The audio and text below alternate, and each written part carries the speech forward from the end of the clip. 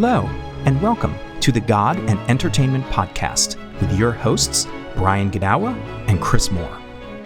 Here's Brian. Hi, welcome to our podcast, Episode 3, Pandemic Movies, Return of the Zombie Apocalypse. Yes, this is our second episode on zombies because we, Chris and I, do enjoy the genre a lot. But there's a lot of good things about it that we want to talk about. I'm Brian Godawa. I'm a screenwriter and a novelist. And if you like what we're talking about today, you got to get the book Hollywood Worldviews that I wrote, or you are out of touch. It talks about all the kind of worldview stuff that we like to talk about here and storytelling from a Christian perspective. And Chris, what about you? Yeah, so I'm Chris Moore, and I'm an editor and a writer, and I'm co-host here, and I'm working on a couple of projects now. I'll talk about that at the end, but you can check out my website, bmo.com, and you can see some audio dramas that I'm working on and some other projects. Great. Okay, so the purpose of our show here is we want to look at entertainment storytelling in our culture through the lens of a Christian worldview. We're not a watchdog mentality. We want to be able to discern the good and the bad. Chris and I don't always agree on everything, and so we hope that will be an interesting conversation. So this was a 3-part series, and like I mentioned, interestingly, there's so much to talk about zombies that we're actually going to have a second episode on it. And the idea here is that we're talking about movies about pandemics and the threat to human extinction because of course, the Wuhan virus or the COVID-19. So anyway, we talked last week about horror and we introduced you to zombies. Well, now we want to focus in on some particularly powerful series of zombie movies. Well, not really series, but like remakes, And I'll let you. Before we do that, I just want to recap a little bit about what we said about the meaning of zombie movies. We talked about how, yes, they're violent, yes, they're horror, but you have to realize the power of horror has to do with facing fears, expressing the real, how to fight real evil in the world. It's about facing our darker sides and how to overcome it. And most mainstream horror is pretty much like that. It's very positive in its moral message, actually. It's quite moral. I don't like all horror stuff, but I'm amazed at how moral a lot of mainstream horror is. And, so the thing that I think is going to come out more so this session is zombie movies address the issues, some of the issues and some of the questions that I think are very profound and very human. They bring us back to primal issues of survival and sacrifice, all right? So because of the fact that zombies are the living dead, they're resurrected corpses, they're not humans anymore because they don't have the original soul. They're just resuscitated corpses that are trying to eat people, right? So because they're that, they force us to face issues like, what is the meaning of life? What is our purpose? What is humanity? What makes us human? Because we all assume that these aren't humans, so it's okay to kill them because they're trying to kill us. But in the midst of that, all these zombie movies wrestle with our own humanity and civilization at the same time. So what makes a civilization? And so we're going to talk about that today as we talk about the I Am Legend movies, and particularly as well Walking Dead, which is a lot about these themes as well. So let's start off with getting into the I Am Legend stuff. Chris, why don't you can give us the intro on that and talk a little bit about Richard Matheson, maybe the original novel. Absolutely. Okay, so I Am Legend. This is a book initially released in 1954 by Richard Matheson. And Richard Matheson, little quick backstory, he was part of a group of writers in LA. They called themselves the Sorcerers. And it included Ray Bradbury and a number of other writers who wrote with him on The Twilight Zone under Rod Serling. So he has a really good pedigree for writing science fiction, this kind of spiritual stuff, social commentary, being part of being a contemporary of Bradbury and also working on Twilight Zone under Serling. So the book I Am Legend has been done 3 times. Originally, it was called The Last Man on Earth with Vincent Price. Then it was redone, and that was in 1964, I believe. Then it was done again in 1972 or 73 called The Omega Man. With Charlton Heston, my personal favorite actor of all time. The man. And then the third version with Will Smith in '07. And that's the only movie that actually has the title of the book, I Am Legend. And we're going to find out what I Am Legend means and why, and the significance of the actual title, which probably was a little too brainy when it initially came out to be called that for the first two movies.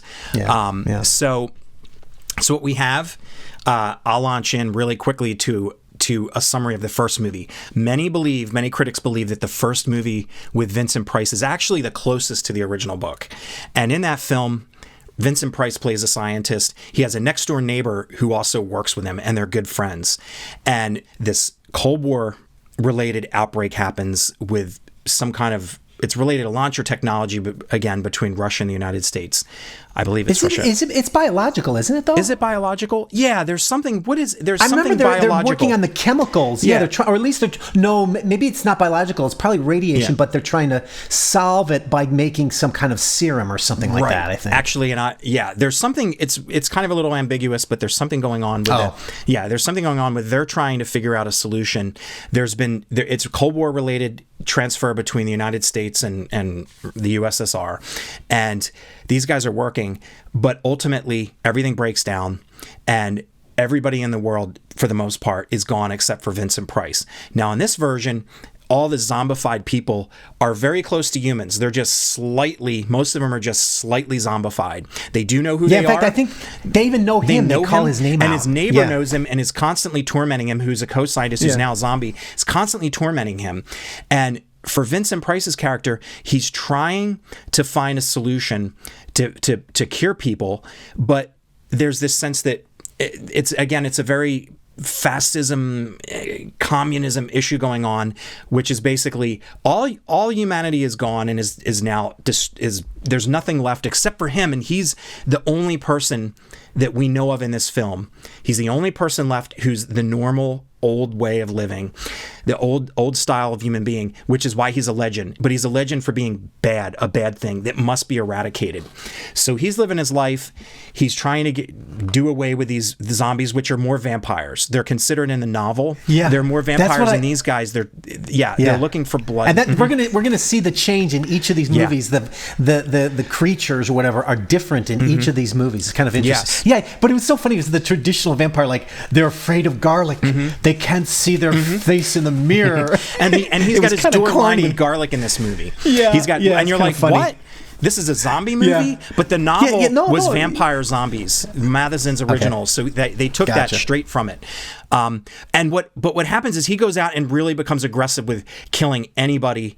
There's the heart element again, because his daughter's dying and his wife gets sick.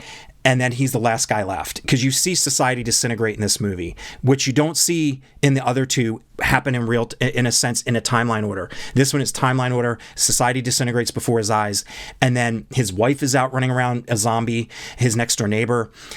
And what happens? There's an interesting element in this story.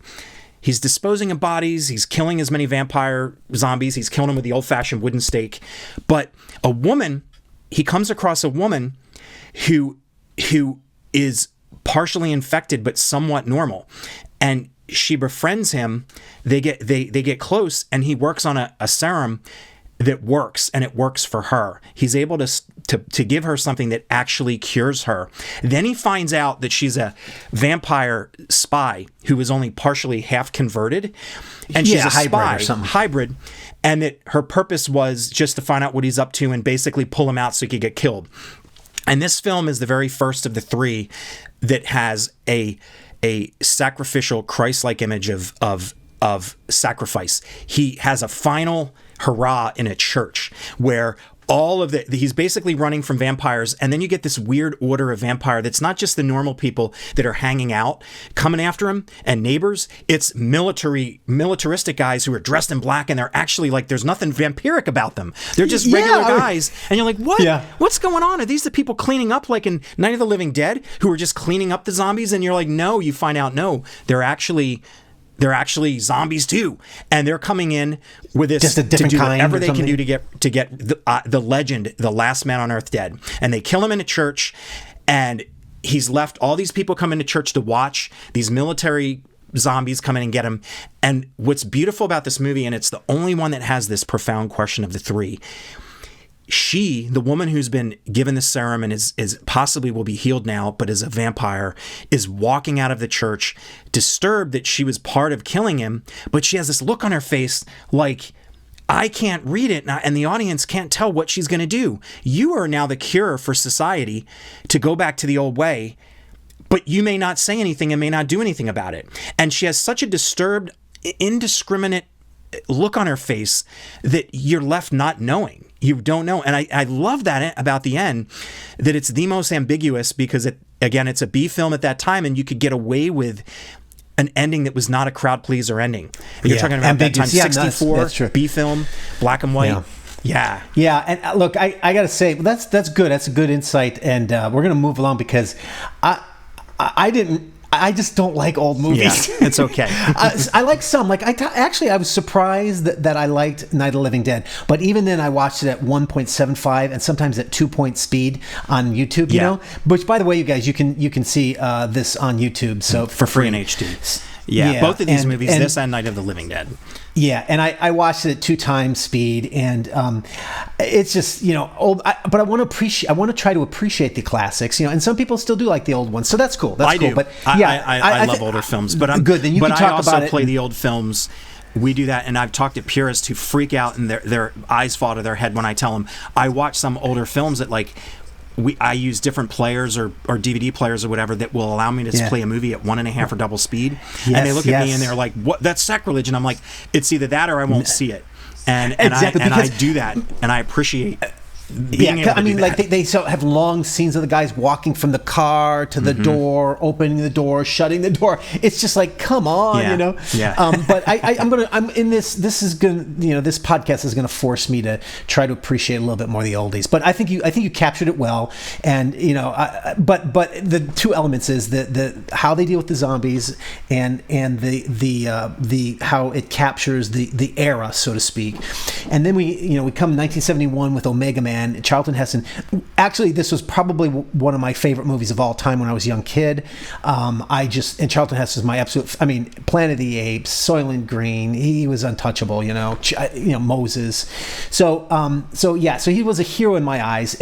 But still, I go back and I watch this movie, and I had watched it at 1.5 speed and stuff. But this is interesting too because it's interesting because to see how the Christ imagery really continues on through all these movies. I think it gets less with the last one, but it's still there. And so the premise of this one is, it's same basic premise. He's the last guy, but what happened was the zombie things. Now these guys are also, the zombies in here are more like vampires, and they're conscious, and they're just a different kind of a person. They've mutated into something bad, but they're not like mindless zombies, right?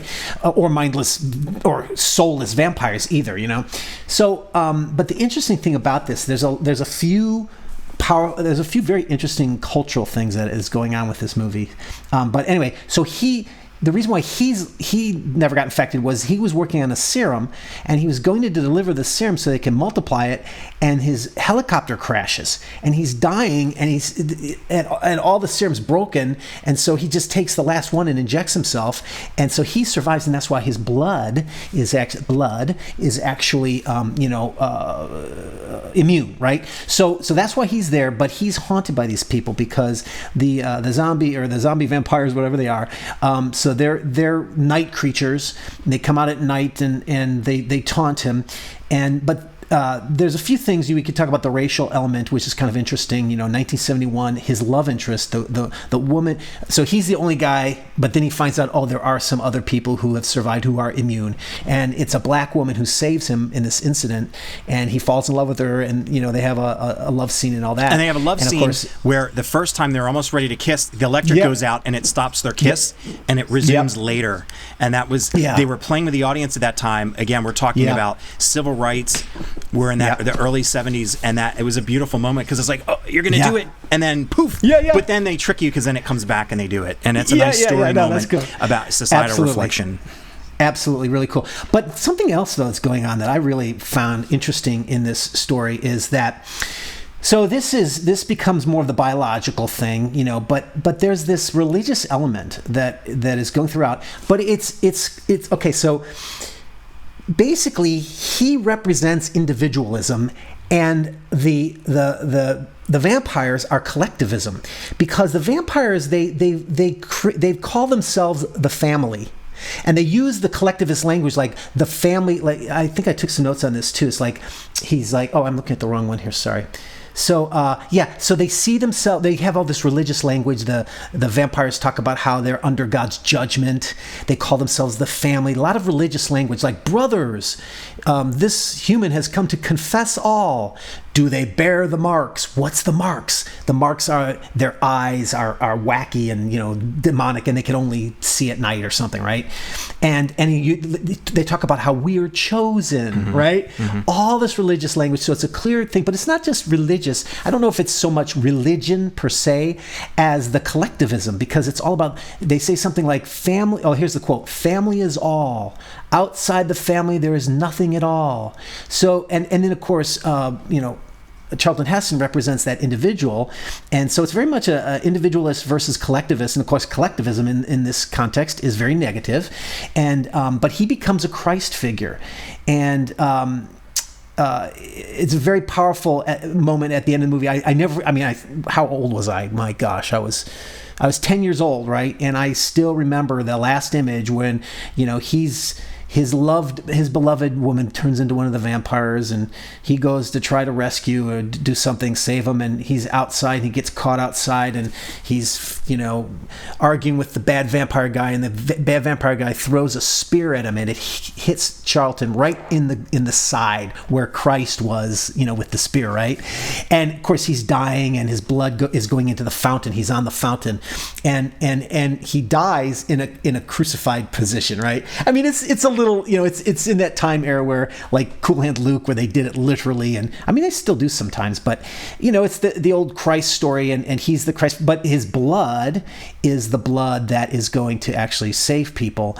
And so I just found it to be at that time, but even at that time particularly, the Christ story imagery was very interesting and profound, and they wrapped it up with this cultural wrestling of individual versus the collective. And there are two times where they show this Christ imagery. Once, the first time the zombies get him, the vampire zombies, they've got him on this wood and they're going to burn him, and he gets saved and he's stretched out.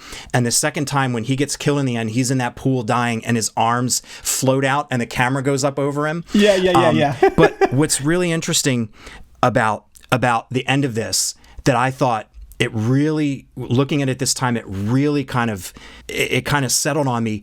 So when he gives the cure, the serum, and he hands it off to a guy who would be a doctor, except society broke down before he got his degree. And we're led to believe he's probably going to be able to figure this out and work it out. But what he says in the middle of the film, this guy who's a doctor who didn't quite get to finish his degree, and this group of kids who are out in a further edge of Los Angeles in a safe place, Los Angeles or San Francisco, they're kind of mixing up shooting locations, but he goes out. The guy says, our dream is we're going to go where this is just after the Woodstock, and it's that whole flower generation, and we're going to be a new collective ourselves as human beings of reborn. Yes. And what the guy says is, we're going to go out and we're going to start a new society, and we're going to get away from everybody.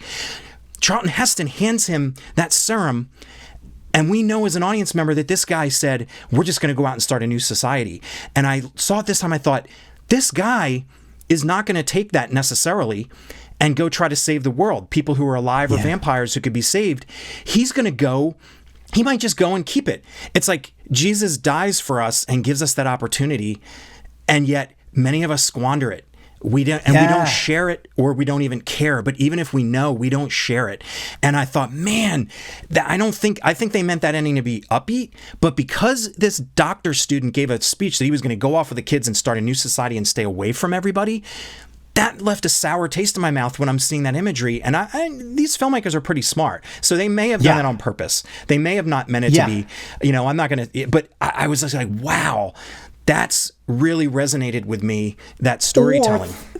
think of it this way. Wait, so you're saying the kid that had it though, he was immune though, right? The guy who had it at the end was a doctor. He wasn't immune, and I don't know that the kids, because he had a bus full of kids, that any of them were immune, but they were going to go off and live free in a place. He goes, we're going to start over where no one's at, where there's no one. Yeah. And then he's the only guy now who has that serum, and his motto, his mantra has been, get out of here and start a new society away from everybody. So that's not to save.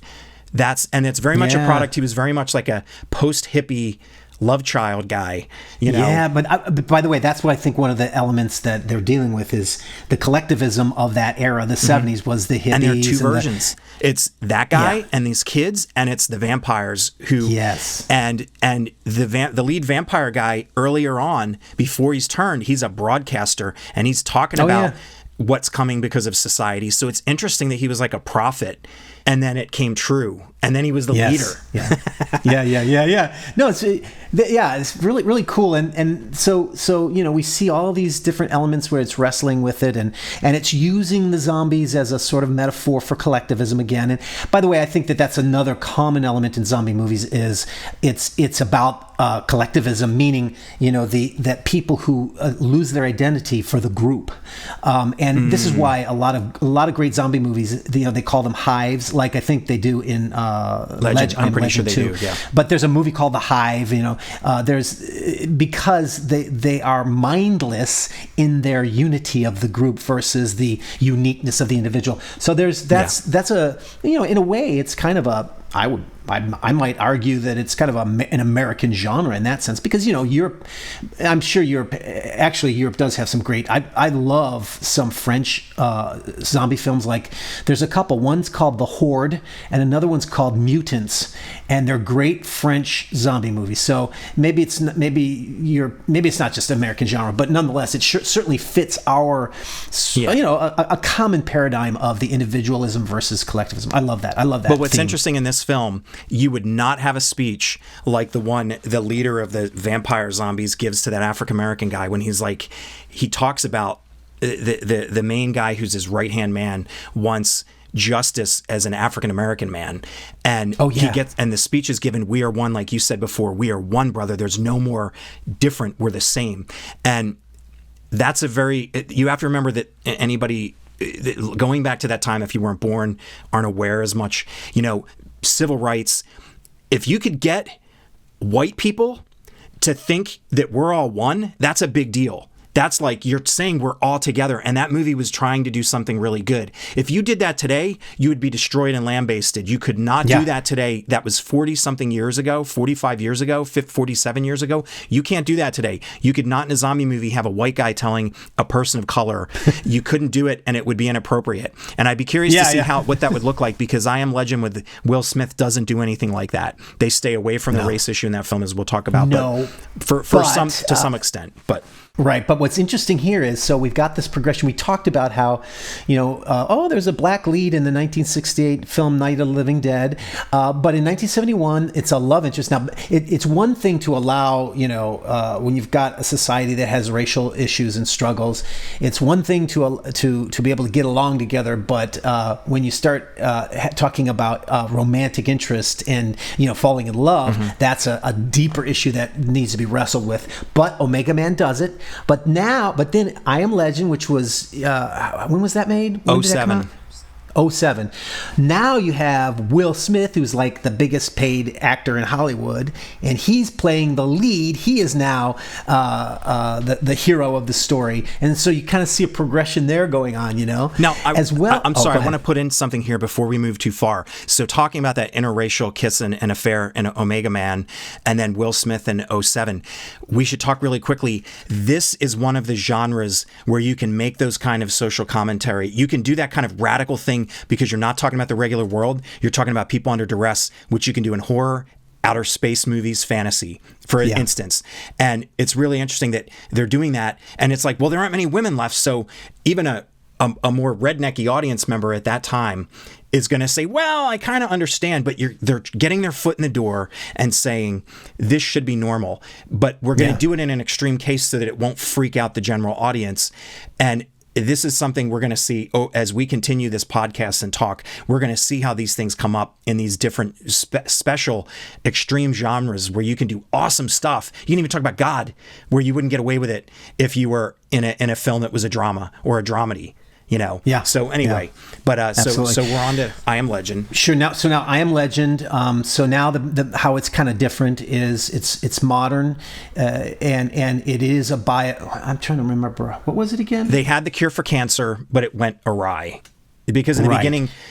They announce Emma Thompson announces that 100% cure rate, but then something goes wrong. Yes, and he's a scientist who was on that team that was part of that. And yes, but now, did you ever I watched this and I'm trying to remember, why was he immune? I forgot. I couldn't remember why he was immune.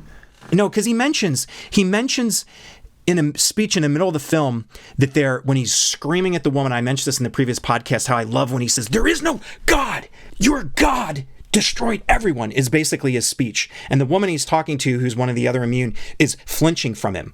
And he's one of the people who was in that immunity, but then he's part of that minority that got munched up by all the Darkseeker zombies. So he had he had it.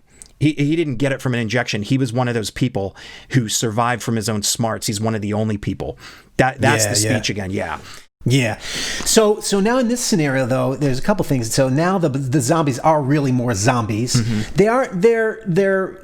They're not mindless, but they are definitely more of a hive than anything. And they're zombies, not vampires. And they're CGI. That was one big thing that I did not like about the movie. I'm not an anti-CGI guy, but it kind of didn't have the heart and soul that I wanted, because the zombies were all CGI. However, that allowed them to do really, fantastical things. And so it's a good action movie in that sense. You know what I mean? And it's interesting that how, talking from a story perspective, that if you use technology that's not quite up to snuff, and even still, we're not 100% there, it can actually be damaging to a film. And younger generations don't care so much about this.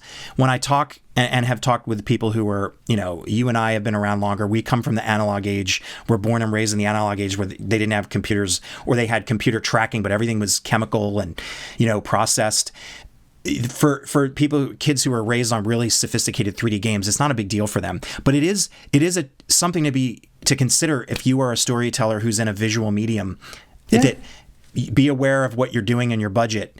You may want to reconsider, because it actually will ding for some people that it's not as real. And they may not be able to articulate it if they're younger, but it doesn't have the same impact. And that's a technical consideration that does impact story and believability. One of the things you started to bring up here was there is a religious element in this. And it's interesting. It's there, but it's definitely far more subtle and just more of a flavor than in the previous movies. And that's fine, whatever. But so you've got this element of, so he's the and by the way, one of the themes of this movie is the science versus the religion, right? Because he represents the man of science. But I think there's also, it's interesting because he starts out as the man of science, and he's the one who, he's got that typical sense, I want to save everyone. And he becomes almost megalomaniacal about his power to save, right? He says multiple times, I have to save. And Charlton Heston and Omega Man couldn't have given a damn less. And that's a difference in the time period. He was cynical, and he was an alcoholic. I forgot to mention, in Omega Man, he's an alcoholic, which was in the original book. You don't see that in the other versions. But that's interesting. The more cynical take came from the novel. But it's also, in a way, it's more expressive of the individualism in its worst side. Mm-hmm, you know what I'm saying? Mm-hmm. Like, an individualist can be the kind of person who doesn't care about helping others, right? Yes. But of course, he learns to help someone. He learns to help others. Mm-hmm. But So in this story, it's kind of more the science, and so he becomes this, the typical science, and he's very clearly atheistic. He blames it on God. So when he meets this woman who happens to be a survivor, which shocks him, right? And then it turns out she's going to this place called a city called Bethel, Vermont, where she's heard that there's a community of survivors that will provide food and safety and shelter and all that, right? Well, interestingly, it's Bethel is one of the Bible names of a Bible city. Bethel is basically a very scriptural name, and that's the presence of God, actually. So anyway, so she turns out she's a religious person, and the topic comes up a couple times. It's not a big deal, but it's in there, and it's like. And she's like, God told me to come here. And he looks at her and goes, how do you know God told you, you know? And he sent me, she literally says, he sent me here for a reason. You have to listen. That's her big line. You have to listen. Listen, you can hear God's plan. And it's just like, she's using very religious language that's very sort of typically esoteric, right? And so he finally says, let me tell you about God's plan. God's plan has a 99% kill rate. And that's where he says what you mentioned, there is no God, right? So it's kind of this cool theme of science versus religion. Yes, and at the end of the film, in at least one of the two versions, she says, what are you doing? When he's opening the glass in the director's cut, he turns her and he says, I'm listening. And you got the wrong version. Or the theatrical, is it? Yes. So I'll prep it. You can explain it. But I only rewatched the alternate cut, and that was in the alternate cut. So it's in both of them then. It must be in both of them. I watched the alternate cut, and that was... Really? Yeah. Okay, well then maybe I'm wrong, but I don't remember seeing that. So here's the thing we want to talk about is there's two versions to this movie, two ending edits, and we'll explain to them because it's very interesting. I think that they give kind of different meanings, and I actually prefer the theatrical cut more than the director's cut. And the original theatrical cut is, that he finally sort of gets the kind of serum, injects it into the blood of one of the zombies, and it realizes it's working. It's calming them down from the zombieism, and this pack of zombies led by a lead zombie basically breaks into his house finally, corners him, is about to, kill him, and he's got the glass wall separating them. And so this is where we have kind of different endings. And the normal ending is that Will Smith has the blood, has the serum. They're about to break in, the zombies. And so Will Smith gets a little chimney vent or something and gets the woman and her son to escape. And she says, we got to come with us. And he says, no, I'm listening. And he says, the answer is in the blood. And, the solution is in the blood. Yep. And what's powerful there is the blood is an obvious religious metaphor because he was the one that was saying throughout the story, I've got to save people, but it's the answer's in the blood, right? Which is, vague religious reference, right? Absolutely. I'm not saying it's real strong. I'm just saying Akiva Goldsman plays with the religious imagery. And so what he realizes, he has to sacrifice himself in order to save them. And the way he does that is by he blows up. Some kind of bomb. He blows up. So he blows himself up with the bad zombie and all the zombie people, and the woman gets away. And then they show her driving to this little Bethel, Vermont with her son, and they open the doors. And, look, it looks like some Idaho survivalist Christian community, which is normally portrayed as very negative, like, these are like cult-like people. But actually, it's like the positive. I was blown away when I saw it, like, oh, these are like my people, But they're the salvation. Yeah. It's the religious homeschoolers, type of thing. And so that's kind of the traditional ending. And I really like that because it maintained that religious notion wins, and he sacrifices himself, which means, and he says, I'm listening, and he realizes that she's right about God, and that he sacrifices himself, which is what Christ does, and the blood is the answer. Again, I'm not saying, I don't like it when Christians find the gospel in everything, even when it's not there. Yeah.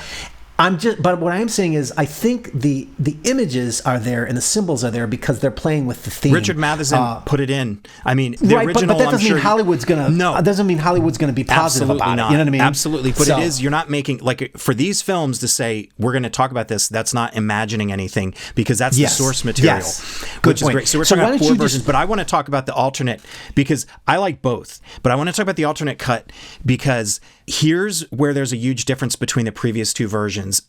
And you don't get that in the theatrical, which is he's going about his stuff. He wants Will Smith's character. Wait. I'm sorry to interrupt you. I just wanted to say one last thing that I didn't say because I saw it in my notes here. At the end, Bethel, she goes into the town. The church bells are ringing, and you see the church in the center of the town. Yeah, that's right. And you hear her narration, and she says, he gave his life to defend it. So it's like, okay, there, I forgot that was pretty important. Absolutely. So go ahead. And I want to talk about the alternate version because when we talk about does God exist or not, and his character gives that great speech. I love when people in movies give speeches about how sure they are that God doesn't exist, because I know 99% of the time, whether the filmmakers intended or not, that's going to be disproven. And the more sure you are, the more I'm excited about that scene.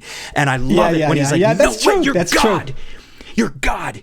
That this is what your God did," and his hands are up like this, and it's great. But what happens is, where this movie changed from the book and the previous two is, your lead guy, Legend, in the book and the previous two versions, Last Man and Omega Man, are killing the vampires. It's without, we know they're talking and they have some kind of sentient mind, and it's killing them is not even an issue. When you get to this one, his whole thing, and he says it in both versions, is these are monstrous. Wait. Can I qualify you? Yeah. For some reason, we see them as evil, so it's okay to kill them.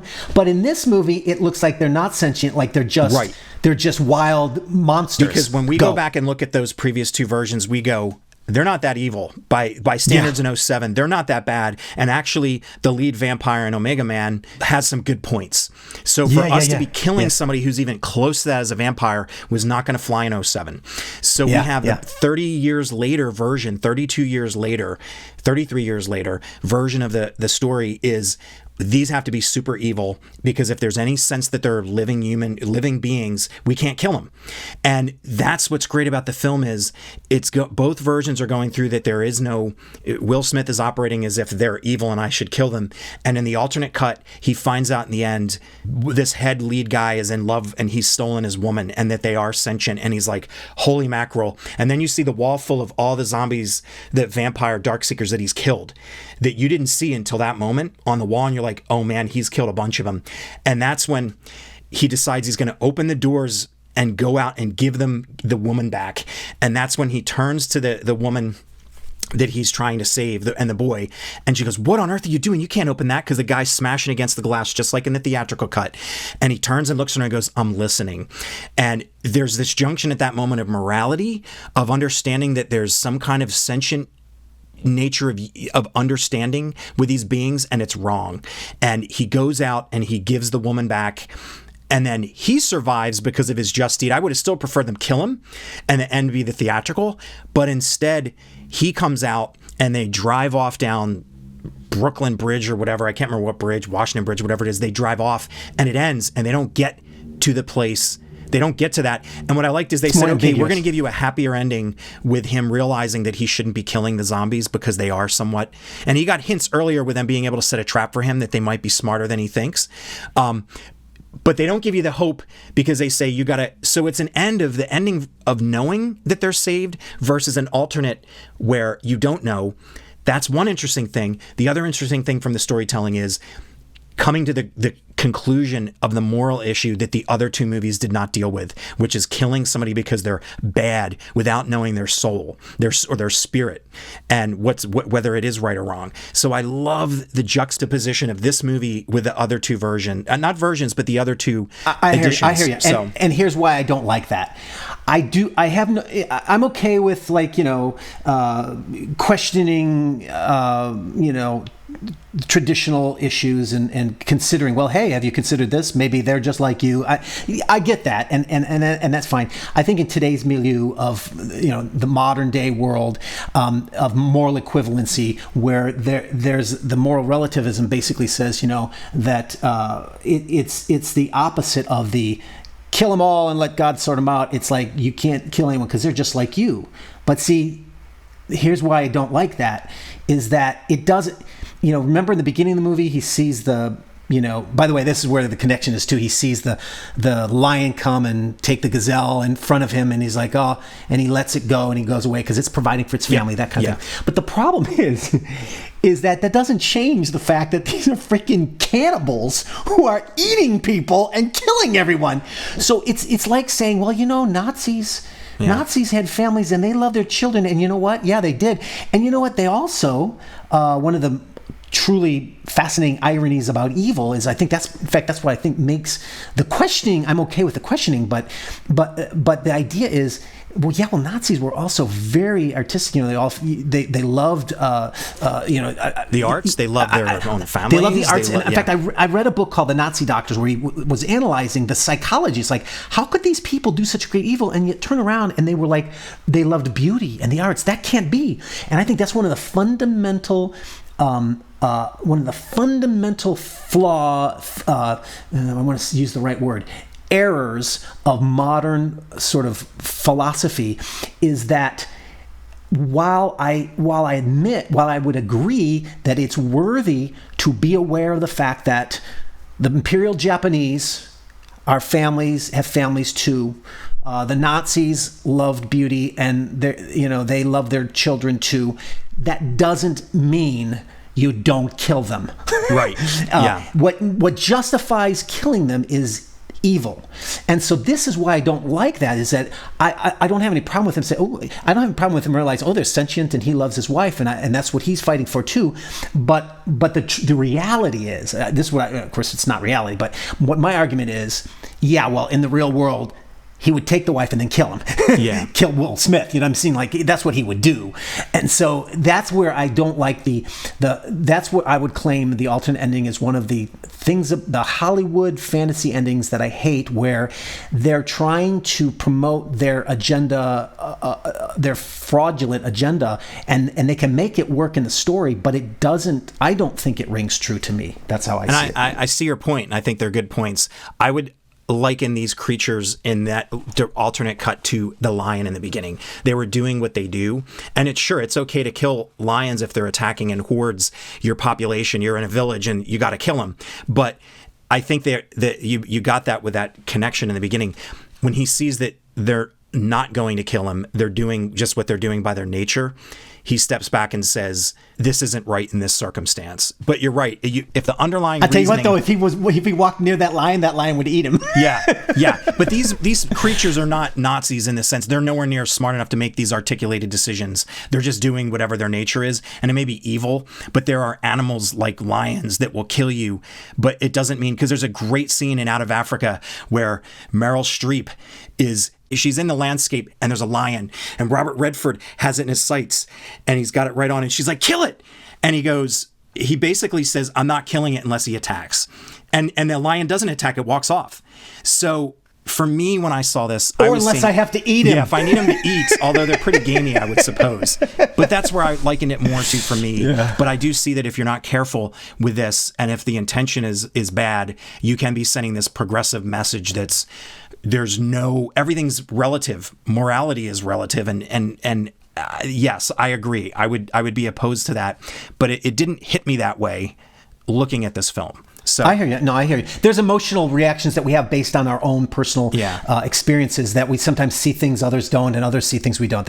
I get that. Yeah. That's, by the way, that's one of the reasons why you and I are doing this, is precisely for that reason. I just want to wrap that up, that movie, by saying too that it also gives a hint in a fair way, I think, and that is, and this is the Frankenstein motif again, the hubris of science. How a lot of times the very thing we're trying to do good ends up doing bad, and like you mentioned, it was a cure for cancer. I don't know if but I don't think the movie was saying that we shouldn't do it. It was just playing with the irony. But we're going to see in these other movies where it's all our fault and that's why we caused this all. But I think it was a fair way that they did it in I Am Legend, which, like, it's a tragic irony that this could, the very thing we're trying to do good ends up doing bad, and that is life. Sometimes that's real life. And they cast somebody who's very articulate and smart. They cast Emma Thompson, so that it would give this air of sophistication and also compassion. Villain. Yeah. And she doesn't say it haughty. She's not haughty in her delivery on that CNN report about the percentages, and she lists how many people were sick to a specific number, and then the woman said, how many have been cured? And she repeats that number. And, you just see it and you go, it breaks your heart as soon as the movie starts and you realize it was a failure and everybody's gone. Yeah. And that person, that particular doctor. But I want to wrap up with one thing about this film to mention too, because we talked in Omega Man about race. And this film, what I really like about this film is you take Will Smith and you put him in this film and nobody gives a darn that he's an African-American guy who's the lead, because he's awesome. And you may say that it's 2007 and it's 2020 now, and if you do this movie, you have to make sure that there's a sense of him being an African-American man. And in this film, and all the zombies have to be white, which they are anyway. But he does talk about this. He gives a great speech about Bob Marley being shot and going back on stage. And a great speech. So you get this sense of he's an African-American man who has this tie with a great African-American hero, but that's all you get in the film. And and the woman is a woman of color who's the one who tells him about God. And they put a woman in who's a Latina, Central or South American, and she's allowed to talk about God because that's part of an accepted culture. And I'm fine with doing that, because honestly, the only way you can talk about God and openly do it is if you, for a long time in Hollywood, is if you do it with somebody who comes from an ethnic background that's not white. But I appreciate that the two of them were the main leads in this film, and you didn't bat an eye. And that's in 2007. And I remember seeing that film thinking, man, I really appreciate that this movie has two lead people who are not white, and it just feels natural and normal. It feels, good. And that, this is a film that was a big deal to have this film changed from white people in the previous versions to an African-American guy who's a great actor. Look, here's the reality is that, like any marginalized group, and by the way, Christians are a marginalized group too. So any marginalized group of any way, the way you break through is you got to have someone who rises to the top, who's extra special. Sidney Poitier, was really the origin of that long ago. It's just, he's got to be so extraordinary that nobody even recognizes that. And then after they're watching it, they go, oh, hey, I guess he's black or whatever. And the truth is just, you need those outliers to break through to help normalize things. And that's what Will Smith is, because he's an awesome actor. He's an awesome romantic interest. He's an awesome action star. He works, and what better guy to be able to break through. We were talking about what to talk about next, and I feel like it's got to be Walking Dead, because it's very connected to what we're talking about with this religion theme. This is what I want to talk about with the Walking Dead. And I'll just say a last thing about go ahead, please, having an African American lead, because I do want to make a statement that this is that all part of that transition time, these movies, and now we're in a time period where we don't need, as a society, certainly in the West, we don't need to sugarcoat having somebody who's a white like black person or a person of color is like a white person. We're getting to a place where it's more comfortable for people to be who they really are. In Hollywood, and I do appreciate that, because we're way past the point of this milk feeding. We were still in that era in 2007 when this film came out, and now we've moved beyond that. And I think that's a good thing. It's a very good thing that we're moving away from that, even if it means some white people are losing work. That's fine. I mean, that's here's where I would say maybe you're more liberal than left, because the truth is that the normalization of black actors like Will Smith, the whole point is to get them away from reinforcing their own stereotypes, which was basically gangland movies, where it's all ghetto gangs killing each other, and that's our kind of movie. And it's like, well, no, I mean, there's so many black people who are not like that, and they want to just see a hero like a normal Will Smith, who's a normal guy, not a ghetto gangster, and that's the kind of thing that I think is good. And I think actually Netflix is probably more than all of this, Netflix is and Amazon, but mostly Netflix is the mechanism that is breaking through all that standardized, whatever you want to call it, racial or ethnic categories, not just for America, but for all countries, because even just myself, and by the way, most people really aren't racist, and so it's we don't care. And so because Netflix is offering us so many movies, I'm checking out stuff and I get bored with all the Hollywood stuff and it's all the same. I actually like watching other cultural movies. I love Finland movies, French movies. 20 years ago, I hated foreign movies and foreign series. But foreign series and movies have become more like Hollywood with their quality storytelling, which is better. But now, some of my favorite movies are actually Korean movies. I don't care that they're not white people.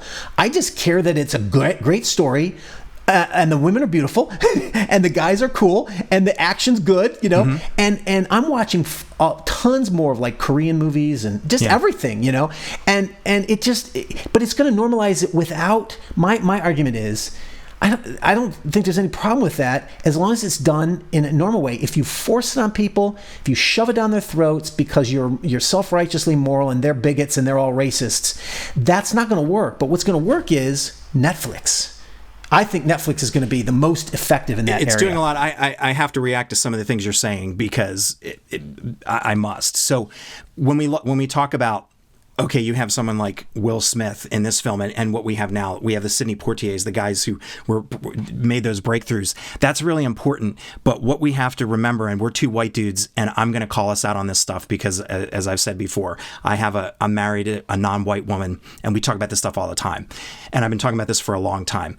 We don't need to have actors who are, say, African-American or Latinx. We don't have to have people be like us or be kind of mainstream doing those roles. There's a time where we needed that because society was changing, but we're in a time period now where you should be able to be in a role in a major film or a Netflix show or whatever and be completely ethnically accurate for your community. You should be able to represent a version. You could be a black man, and we're not talking about gangbangers, but you should be able to be an African-American man who's living like a real person, written and acted like a real person who grew up around other African-American folks in the United States or wherever. You should be able to be Mexican-American and be acting like that.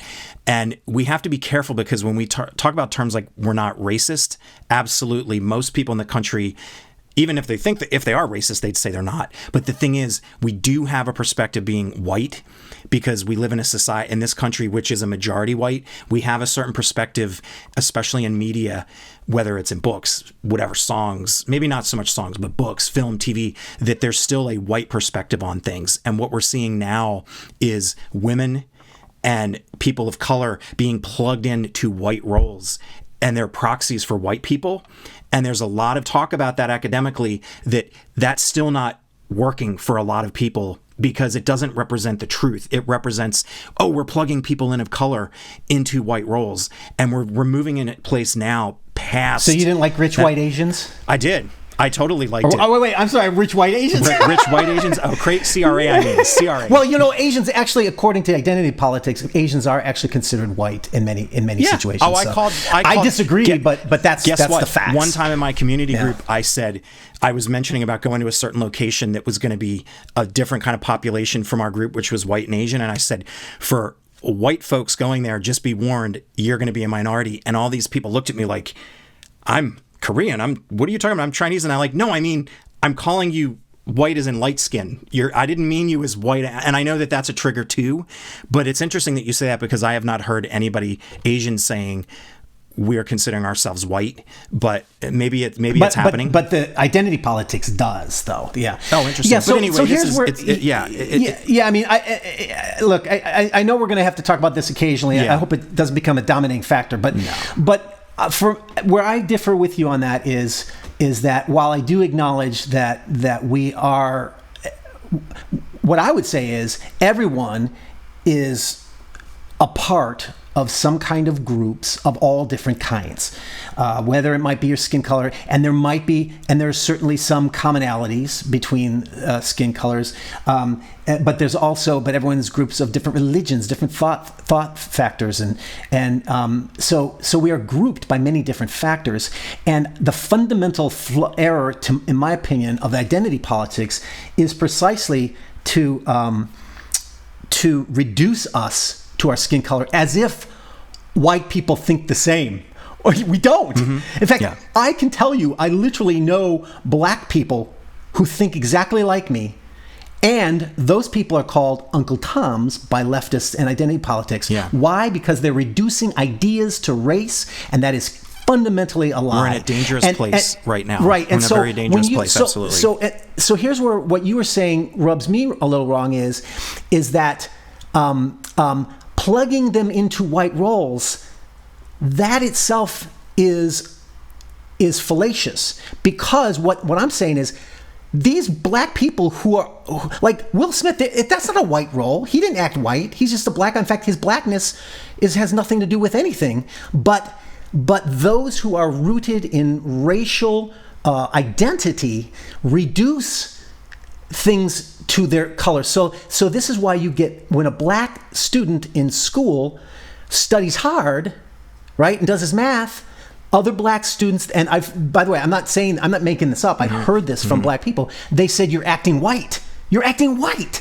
That's not acting white. Yeah. It's not acting white to be middle class. It's not acting white to be rich. You see what I'm saying? And so I agree with you that by the same token, though, I do agree that certainly we are in a group in a sense, but I just think the danger is to I think the mainstreaming is what I'm referring to is mainstreaming, and it's not whiteness that I'm talking about. I'm talking about Hollywood storytelling. I'm glad that French, Finland, Denmark all now follow Hollywood story structure because now I can watch their stuff better. But that's not white. Yeah, but I'm saying we're going to have some disagreement on this, and this is not going to become every episode, but that there is something to be said about what is happening now is plugging people of color into roles and saying the ethnicity that you are does not come along with it. And writers, people who are writers who are writing for other. This is a huge controversy if you are a writer and you're writing characters who are not white. If I'm a white writer, and that is very dangerous. It's incredibly dangerous to say, "How dare you white a person who is not like exactly like you?" That's outrageous. You know what that does? That eliminates all fictional storytelling. Yep. Period. Well, no. What happens is if you're white and you write those stories, now you're only writing stories about white people and your work is irrelevant. So it's forcing you to say your voice doesn't matter and it's evil and it's nonsense. But what I am saying is the flip side of the argument is people of color who still feel, and women, and there have been some articles written, an actor who I really like, an actress named Britt Marling, who does a lot of sci-fi stuff. She did the OA on Netflix. She wrote an article in the New York Times a couple months ago about even being a woman right now. A lot of roles that are opening up for women too are still just a man version as a woman. In other words, there's not anything unique to the story that says you're a woman. A lot of the perspectives are still you're a white male. Yeah, but that's what I think is the weakness of what they're doing, because it's like, I love watching women movies, but to me it's fraudulent if you think women, 150-pound women can kick the butt of a 250-pound fighter. Right. I'm sorry, that's ridiculous. It becomes absurd. Absolutely. So don't make a female Ghostbusters. Don't make a female, female brawler and all this kind of stuff. They're trying to make them like the men. They're trying to take all the roles from men, and women can be just as tough and just as fighting and all. No, women are different from men. And I love Jane Austen stories. I love romantic comedies or whatever. It's like you don't have to try to be like a man. Yeah, but I think they are doing a lot of that. Yeah, unfortunately. And they are, and sometimes it fails. But I do think, you can have women leaders who are butt kickers. You just have to do it right. You can have women who are butt kickers, but Ghostbusters is not a film I would consider to be something that you can't have a female cast. My problem, we'll talk another time about Ghostbusters, the women version, is I just thought it was terribly executed and terribly written. Oh, yeah. I love the actors in that. I love the women actors. I love all of them, and I love Ghostbusters, and they could have done it. It was just terrible, and everybody loved it, but it was terrible. But that's a totally different issue. Because they were driven by agenda, not entertainment. It's an agenda. The critics were driven by agenda, And that's what they're doing with all these male movies. There's been some other male movies like that where they're making the female version of it. Like, why? Make your own female version of something, And again, I don't have a problem with that if it's done authentically. Yes, of course. What I'm saying is I'm arguing that women, and just like people of color, are saying we're being plugged into stories and it's not authentic. And by the way, blame that on the identity politics and feminists, because they're the ones that are trying to say, oh, women and men are just the same. It's like, no, we're not. Yeah, some of the blame goes on the left for this. This is not a conservative issue because it's Hollywood, but it is a white issue because a lot of people pulling the strings and making these decisions are concerned what a white audience thinks, or they're white themselves, like two guys like you and me doing this podcast, and I'm going to be calling us out that there are things that we would normally not be aware of because we're white guys. And I'm going to correct you on your calling. Correct me, and then it's okay. You can correct me, but I'm still you're not going to change my mind on some of this stuff. No, that's fine. But I'm saying Hollywood is basically leftist. So everything that's happening, it's Hollywood. So, but Hollywood is also very white, and they're left and white, and that's still an issue, even though you're liberal, you're white. Yeah. But it's no. And what I'm saying, Chris, is whites don't all think the same, dude. Oh, no. That's the point. It's not whiteness. It's leftism that's doing this. Identity politics is rooted in leftism, not whiteness. But so all the whiteness thing that you're referring to is coming from leftism. That would be my argument. You know what? I don't want to get... Let's not go into too much. I don't agree with that entirely. We can talk about this another more. Time. Yeah. We agree to disagree. That's fine. Yes. I do want to wrap this up. Let's wrap. We're not going to... I want to wrap this up, though, with Walking Dead because it's the most important. I just want to do the shout out to... We wanted to talk about Train to Busan, a great Korean movie, and South Korean. And it's one of my favorite zombie movies. I saw it for the third time, and I still loved it every time. It has all the same things we've been talking about: sacrifice versus selfishness. But I wanted to talk about The Walking Dead because it's got a very religious, spiritual angle to it that I think we connects with us and connects with what we've been talking about. So The Walking Dead, if you haven't lived in planet Earth, it's obviously the series with Rick Grimes as the cop who wakes up from surgery and everyone's gone, and he realizes the world's turned into zombies, and he soon finds out there are other people who haven't turned into zombies. And so this whole series is just following people as they try to survive the zombie apocalypse. But what happens is they come into encountering with other groups of survivors, most of which end up being as bad as the zombies, right? So they have to fight them to survive as well. That's sort of the general premise. But one of the things that I have liked about the series is this religious angle to it that I stopped watching it end of season 8 because it sort of finished the series for me in a way that it started to go down a new path that I just didn't. It didn't seem believable to me, and the season 8 ended. It kind of ended for me in a very, very real way because we've been following these people, and of course one of the main characters, Rick Grimes, the cop, he has a son, and his relationship with his son is very powerful, very good, very powerful story, but. They've dealt with religion in the series in a very surprisingly positive way. As much as I gripe about Hollywood, I do admit sometimes, and honestly, I don't know how it gets through, but sometimes they do make a positive religious statement. And this is one where, so in the early seasons, like in the first 2 or 3 seasons, they meet an old guy named Herschel, and he's got a couple daughters, and Herschel ends up being the moral conscience of the group because the whole point is they're killing all these zombies, but they're falling apart within, right, and with each other.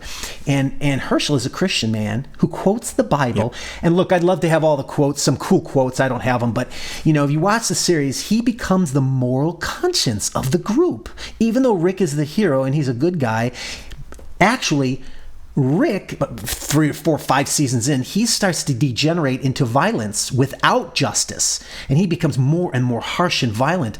And Herschel becomes that moral counterbalance of, we got to do what we got to do, but we also have to understand God, and we're made in the image of God, etc., And I found that really fascinating. But the interesting thing about the series, to me, the genius of the series was, and I've got more to say, but I'll stop after this to let you get your 2 cents. But I never watched TV series. I was always a movie guy, and Breaking Bad was the series that I came in on the next to last season, or the last season, and I binge watched it for the first time.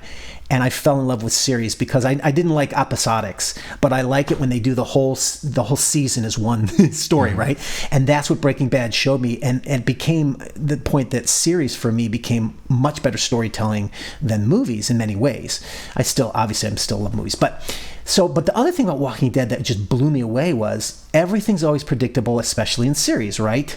The heroes never die, and mm-hmm.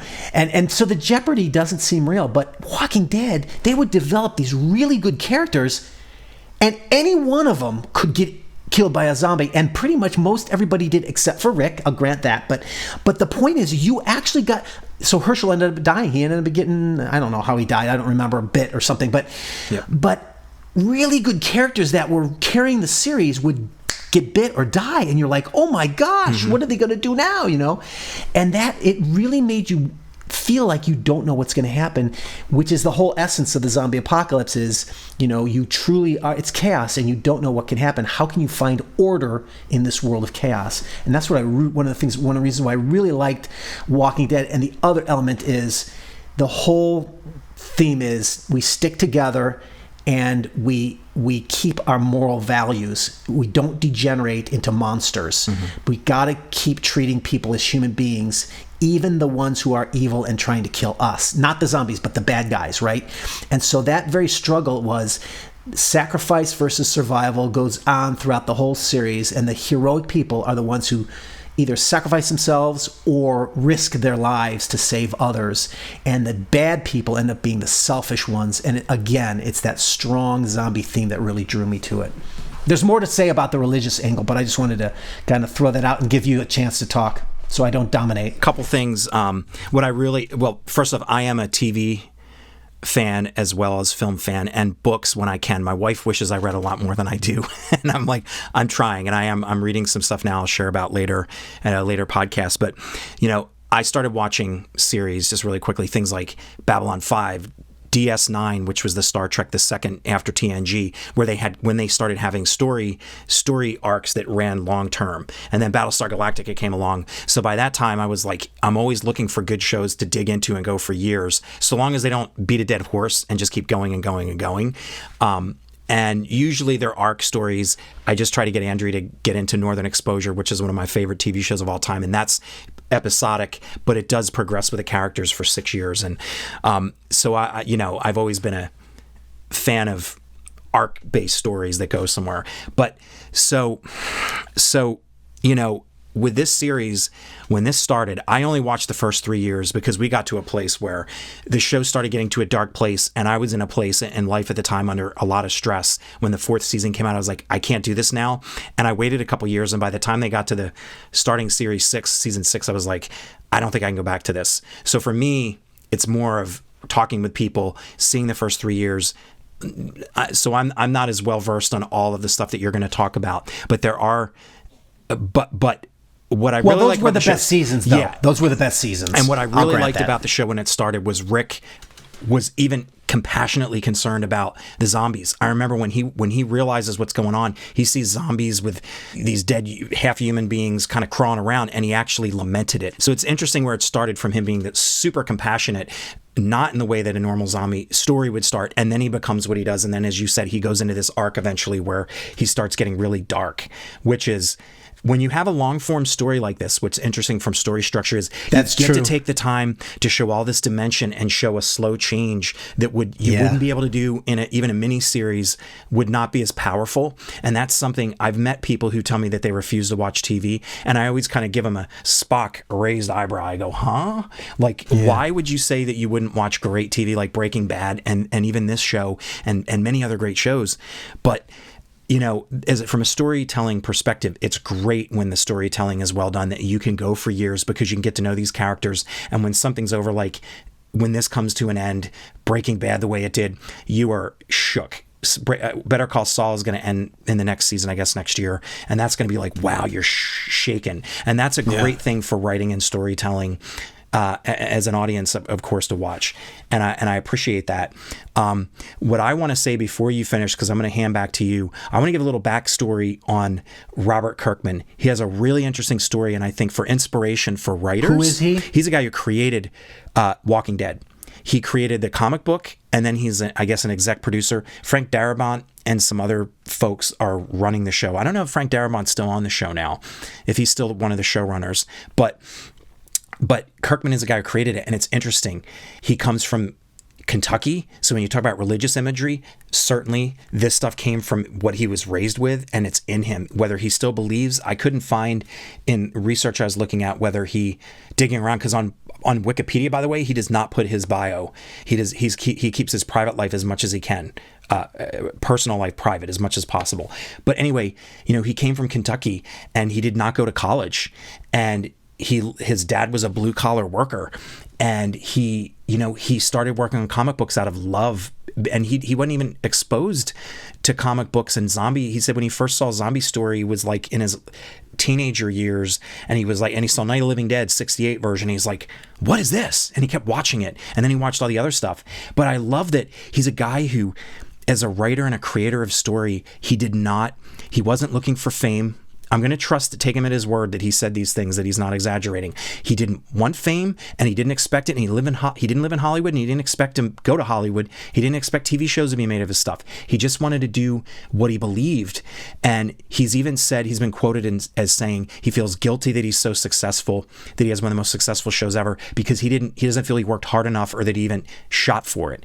And I think there's something for us to consider those of us, especially believers who are working on stuff, let go of the stress and the worry, and do not shoot for success in the sense of storming Hollywood and taking it over. Worry about what God wants you to do as an artist and do it. Don't try to shoot for the sky, because it's the wrong goal. And you're not going to be able to do what you believe from your heart because you're trying. And I've been stuck in that for a long time as a writer. I was terrible or didn't write at all because I was too afraid what people would think. And if it wasn't a home run, why write? And of course, you're never going to hit a home run the first time. That's like winning the lottery. Very few people do that. Some do, but very few. So from a structure point, getting back to this series, he looked at World War II and the Holocaust, and he researched that. He outlined the show, his books, and he knew where they were going. He knew how it was going to end a long time ago, and he did end it in 2019 in the comic book. But he knew a long time in advance where it was going. That's brilliant. Yeah, and he says that he does reflect worldly issues and the state of human beings in the modern time in the book and in the TV series. And just a couple more little factoids as we finish, because I love the fact of getting in the brain of somebody who's considered a great writer and creator. He doesn't like killing his characters, but he knows they have to go. He's okay now with being the Walking Dead guy, even though he didn't want to be that guy. He wanted to be a writer. He wanted to do a lot of stuff, but he's like, all right, I'm that guy now. Okay. And he draws from his own life experience, he said. And there's this quote. He said that he worked in a pizza place. So the character Glenn early on worked in a pizza place, and he didn't have kids. This is Robert Kirkman did not have kids when the book series started, when the novels started, graphic novels. So he saw Rick as his dad, but when he had kids, he saw himself as Rick. So he changed his mindset for his experience as he was writing, which I think is awesome. And then he said that generally his writing rooms now for the series are just very laid back, where people just talk. It's not like people throwing arguments and whatnot. That's interesting for Hollywood perspective, because I haven't seen the writing rooms with that, but I've seen situations where I know the writers don't get along with each other very well. And then he's not precious. He says he's not precious about his work, and he's not precious about how the showrunners for the TV series handle his books, because he knows he has his books, and his books are his. He can do what he wants, and he's willing to also collaborate and not be too stiff. And I think that's... By the way, that's one of the things that I've decided why I wanted to become a novelist more so now, is because I know how Hollywood changes, I mean, good for good and bad. You write a script, it's changed 100 times, and a lot of times you don't like it. And I always feel like, well, you know what, at least I'll have my version of the story out as a novel, and then I write it as a script and try to sell the script, And so that I literally... It's more satisfying as an author to know that my version out there, and then I don't care and I do care what they do with it, but you know what I'm saying, it won't bother me as much. In fact, that literally happened with my most recent project. One of my more recent projects, I wrote a script based on the story of Jezebel from the Bible, and it's an independent film, so they're still trying to raise the money and make the movie. I don't know if they ever will. But my thing was I got the rights to write the novel, and so I did the script and I met their needs, and I'm happy with the script, but I got to do more things with the novel that I wanted to do, and I don't care if the movie ever gets made. I do, but you know what I mean. It doesn't matter if it doesn't. You work, and that's very, a great point that I've been trying to encourage. I've shifted gears, and I kind of shifted after I left editorial to audio dramas, but audio dramas with an intense visual sense. And people can visit my website and learn more about what the heck I'm talking about with that. But I'm bringing the visual sensibility of storytelling to audio dramas because I've got a foot in both worlds. I come from audio, but I also come from film and TV, and I come from working with some of the bigwig people on some big projects. So I'm trying to set my sights as high as the things that I've worked on, and even higher. Things way better out there than things that I've even worked on. But I realized myself and writing partners, we have to write novelized or short story novelizations of our stories so we can get them out there, because we cannot be stuck worrying about what Hollywood or anybody else is going to do. If you put that work into the Jezebel story, you have to release a version of it that with your vision that you can get out to the world, because you can't sit around in this nightmare of a system that kills a lot of people's spirits. Yeah. And a lot of times movies don't even get made. No, so that's it. I don't know that Jezebel will get made. Your work, and I tell people who are writers, even Christian writers who write screenplays, and I beg you, please consider writing a novelized version of this so that all your hard work gets out into the world, and that you're not stuck in for years daydreaming about this being made into a film. You will have it out, and then if something happens, great, but you're not putting all your energy. And sometimes though, some writers are like, that's too much work, because it's a heck of a lot more work to write a novel or a novelization than writing a screenplay. Yeah. So it's a heck of a lot more work, and it's a different brain way of thinking when you're writing a novel versus screenplay. Yes. So let's get back. I want to wrap it up, and I just wanted to conclude then with not that what you're saying isn't worth it. It's just we could go on forever. We're coming from the Kirkman's world of written into film. So yeah, but yes, absolutely. Go ahead. But and just to conclude, there was one other major character in there that I thought was very interesting and well done, and it was this black preacher that they meet. And when they first meet him, he's a coward. In fact, you're not even sure, he might even be just impersonating a pastor so that he can be protected or something, right? Yeah. And so he starts out in this journey, and he's the coward. But his character arc over a couple of seasons, he learns, he grows courage, and he ends up becoming very courageous. But then he also has his own down journey, and then but at the end of he starts to go blind, and that's sort of a metaphor, a typical metaphor of spiritually blind or whatever. But by the end of season 8, he doesn't regain his sight, but he says, "I can now see, Lord." Like the Amazing Grace song, I was blind, but now I see. Mm-hmm. And he's going blind, but now he sees, and he's back with the Lord. Very amazing, powerful story. But also, that last episode of season 8 was a wrap up of a Christ story. It kind of surprised me because so what you have is Rick is facing his ultimate nemesis, Negan. Negan was probably one of the best villains in the whole series, and probably one of the best villains for a lot, even in movies and stuff. So he's this brutal guy played by, what is it, Harry D. Morgan? Yeah, Henry D. Morgan. No, I got the name wrong. Sorry, folks. Anyway, Jeffrey Dean Morgan, I think. Keep talking, and I'll look it up. Okay, you look it up. I'll look it up while you're... So this guy's the most brutal monster of all, and they finally get to the one-on-one confrontation with Rick versus Negan, right? And what happened was Negan had kidnapped Rick's son and was trying to convert him, right, and turn him away from his dad, type of thing. And of course, the kid, didn't, but he actually became a voice of reconciliation, and he was pleading with both sides to put down their arms and stop fighting each other and all this. Well, the kid becomes a zombie. He gets bit and he dies, and they have to kill him. And Negan had actually become to love the kid. And so you've got these two men fighting over the son, and they're facing each other down, and he says, I forget, what's the kid's name? The son's name. Carl. Yeah. Carl said, and Rick says, Carl says, we don't have to do this. We can live together. We can reconcile.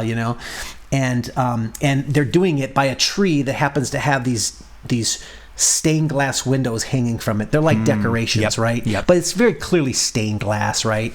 And there is still a fight, and Rick has to take him down because Negan's going to try to kill him, but he doesn't kill Negan. He keeps him alive, and that because he didn't want to stoop so low that he would kill him. Now that's going to cause some complications in the future, but nevertheless, the idea there was the son's death becomes this source of reconciliation between the two warring tribes, and that's very much like Don Richardson's Peace Child story, where the gospel becomes this sort of reconciling thing between warring tribes, type of thing, So anyway, I just thought that was kind of neat, and that's why I felt like, I'm done. The seasons or the story's done for me. And then characters started to do crazy things that weren't consistent with their characters, and I just thought, I'm not interested anymore.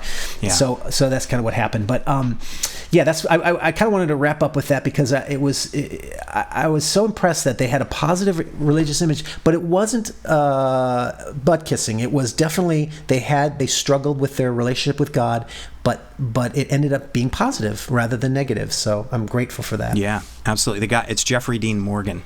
Jeffrey D. Morgan. I got it. I did get it. Yeah. So eventually, yes. That's sorry, okay. Jeffrey. It's hard. He's a great I wish actor. that I was perfect on every single name and every pronunciation. Oh, I'm terrible. But well, if I do guys, that, Thanks. Is there anything else you want to throw out before I just wrap it up? I think we're good.